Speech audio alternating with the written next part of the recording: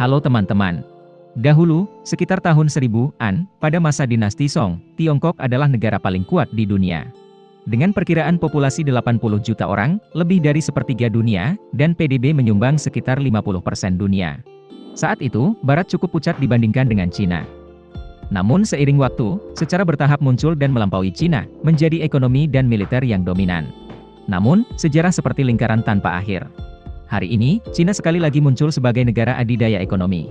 Pada tahun 1978, PDB Cina hanya 200 miliar dolar, peringkat ke-44 di dunia, dan menyumbang 4% dari total PDB global.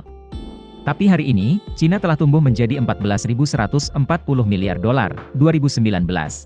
Dan menyumbang lebih dari 16% dari PDB global. Semuanya telah berubah total hanya dalam 40 tahun. Jadi apa yang menyebabkan kesuksesan luar biasa mereka? Mari kita jelajahi bersama untuk melihat apa yang bisa kita pelajari. Pada tahun 1978, tak lama setelah menjadi pemimpin tertinggi Tiongkok, Deng Xiaoping mengunjungi tempat-tempat paling maju di kawasan itu, seperti Bangkok, Singapura, dan beberapa kota Asia lainnya. Dia segera menyadari bahwa jika Cina ingin berkembang seperti itu, ia harus membuka diri terhadap dunia luar. Dari sini, petani memiliki kendali atas pertanian. Bisnis itu diprivatisasi dan diizinkan untuk berinvestasi di Vietnam untuk pertama kalinya dalam beberapa dekade. 4 zona ekonomi khusus dibuka di Shantou, Shenzhen, Zhuhai dan Xiamen. Daerah yang dipilih dekat dengan jalur lalu lintas jalan raya, laut dan udara. Buat pintu gerbang, yang menghubungkan ekonomi domestik dengan dunia. Daerah-daerah ini pada dasarnya adalah pasar bebas Cina, menikmati insentif pajak khusus. Misalnya pembebasan pajak badan untuk 2 tahun pertama. Tidak perlu membayar pajak jika tidak ada keuntungan. Semua ditujukan untuk menarik investasi asing dan teknologi modern. Namun, dari 4 zona khusus, hanya Shenzhen, yang terletak di dekat Hong Kong, yang menawarkan potensi pertumbuhan paling besar. Jadi Cina telah dengan berani berinvestasi dalam infrastruktur. Biasanya, dari tahun 1980 hingga 1983, Cina menginvestasikan sekitar 980 juta dolar dalam pembangunan, konstruksi. Mereka mendorong bank untuk memobilisasi modal dari seluruh, terutama Hong Kong, untuk mengalir ke Shenzhen untuk dipinjamkan ke bisnis. Pada saat yang sama, menyederhanakan prosedur administrasi, membantu investor asing masuk dan keluar dengan mudah, dan melakukan bisnis di sini.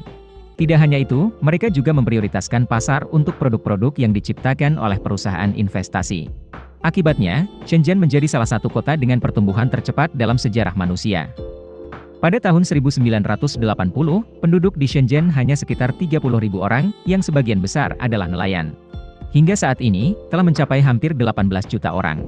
Dari kota yang tidak dikenal, hari ini telah menjadi pusat manufaktur produk elektronik dunia, Apple, Samsung, Microsoft, Sony, Canon. Kelima taipan ini semuanya memproduksi produk mereka di Shenzhen. Saat ini, 90% barang elektronik dunia, setidaknya, sebagian, diproduksi di kota ini. Itu dikenal sebagai lembah silikon Cina. Selama bertahun-tahun, Shenzhen menyumbang 10% dari total ekspor Cina. Dan tingkat pertumbuhan ekonomi telah melampaui Hong Kong dan bahkan Singapura. Pada 2019, ia memiliki PDB nominal sekitar 396 miliar dolar. Jika itu adalah sebuah negara, itu akan menjadi yang ke-31 di dunia, di belakang Norwegia. Ini juga salah satu kota dengan PDB per kapita tertinggi di Cina, dengan sekitar 30.000 dolar per tahun. Shenzhen saat ini adalah kota dengan gedung pencakar langit paling banyak, lebih dari 200 meter, dari kota lain manapun di dunia. Dengan 82 bangunan selesai pada Juli 2019. Tidak hanya kota yang makmur, tetapi seluruh daerah di sekitar Provinsi Guangdong berkembang menjadi tempat terkaya di Cina, hari ini. Ini memiliki perkiraan PDB 1.428 miliar dolar, 2018. Lebih besar dari ekonomi Meksiko, dengan PDB 1.223 miliar dolar. Jika Anda membandingkan angka-angka ini dengan negara lain, itu sangat tidak adil. Karena sejak awal, Cina telah mempertaruhkan masa depan negaranya di zona ekonomi khusus. Mereka memfokuskan sumber daya terbaik untuk membantunya tumbuh dengan cepat. Ini adalah cara yang cukup efektif untuk melakukannya untuk banyak negara di dunia. Menjadikan satu daerah kaya, kemudian menyebar ke daerah sekitarnya dan mendongkrak seluruh perekonomian negara.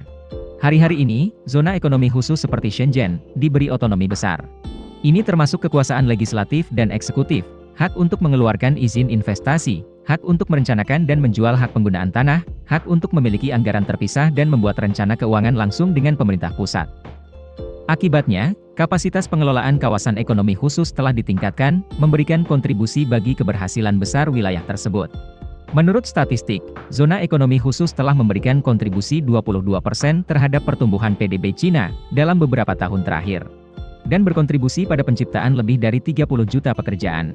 Pada saat yang sama, daerah-daerah ini menyumbang 45% dari investasi asing langsung. Dapat dikatakan bahwa Cina berada di tempat sekarang ini berkat arahan yang benar dari Deng Xiaoping sejak awal.